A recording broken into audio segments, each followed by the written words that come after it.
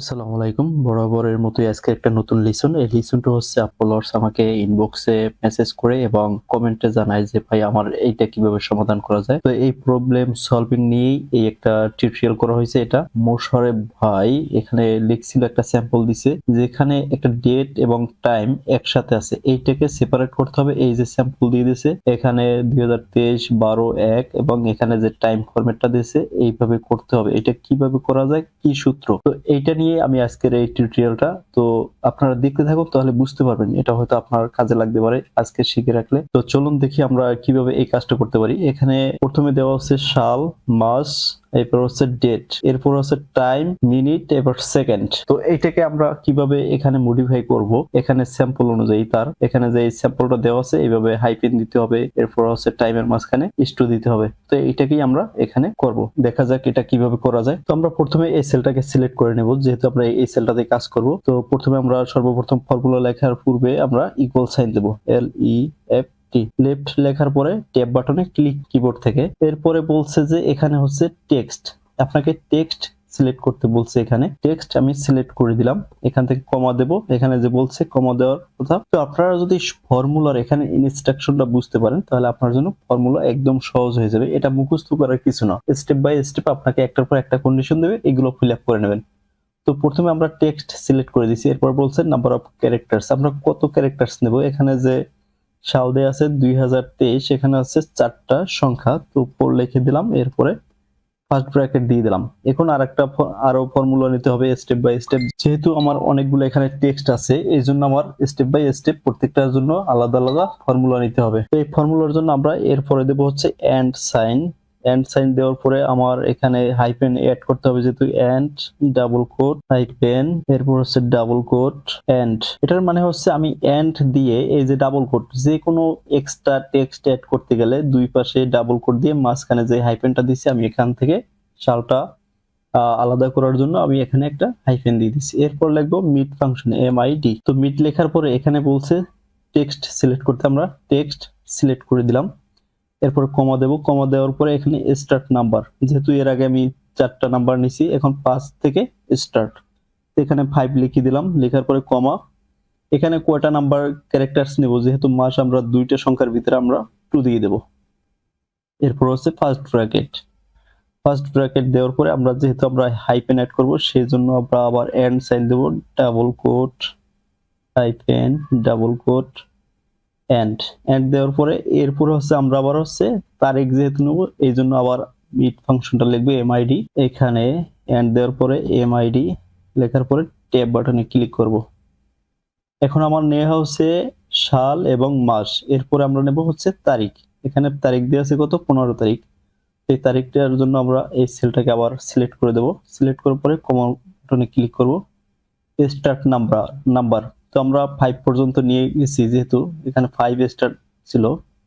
5 4 আর এখানে 2টা নিছি, 6টা গেছে। তো আমরা এখানে দিতে হবে 7 নাম্বার থেকে স্টার্ট নাম্বার হবে। 7 দেওয়ার পরে এখানে কমা দেব। নাম্বার অফ ক্যারেক্টার্স, যেহেতু আমার ডেট 2 সংখ্যার এই জন্য আমি 2 বসাই দিলাম। 2 বসানোর পরে ফার্স্ট ব্র্যাকেট। তো ফার্স্ট ব্র্যাকেট দেওয়ার পরে আমরা আবার নতুন করে এন্ড সাইন যুক্ত করে দেব। এখান থেকে আবার ডাবল কোট। এখানে আমার যেহেতু সাল মাস তারিখ নেওয়া হয়ে গেছে, এরপরে আমরা হচ্ছে এখানে বলছিল একটা স্পেস হবে। এই যে দেখুন এখানে সাল মাস তারিখ নেওয়ার পরে স্পেস। তো আমরা স্পেসের জন্য এখানে ডাবল কোট দেওয়ার পরে 2টা স্পেস দিয়ে দেব, ডাবল কোট, এরপরে এন্ড সাইন। এন্ড সাইন দেওয়ার পরে আমরা নতুন করে একটা ফর্মুলা নেব, এই মিড ফর্মুলাটাই নেব। যেহেতু আমরা মেটেলের সংখ্যাগুলো নিতেছি, যতক্ষণ পর্যন্ত আমরা মেটেল সংখ্যাগুলো নিয়ে কাজ করব ততক্ষণ পর্যন্ত আমরা মিড ফাংশনটাই নিতে থাকবো। MID মিড লিখে ট্যাব বাটনে ক্লিক করলাম, সিলেক্ট টেক্সট। টেক্সট সিলেক্ট করার পরে কমা দেব। এখানে 7 সংখ্যা পর্যন্ত নেওয়া হয়ে গেছে। আমরা এখানে স্টার্ট সংখ্যা হবে 9 দিয়ে দিলাম, কমা। এরপর হচ্ছে আমার টাইমটা হবে 2টা সংখ্যার ভিতরে এই জন্য 2 দিয়ে দিলাম। 2 দেওয়ার পরে ফার্স্ট ব্র্যাকেট দিয়ে দিলাম।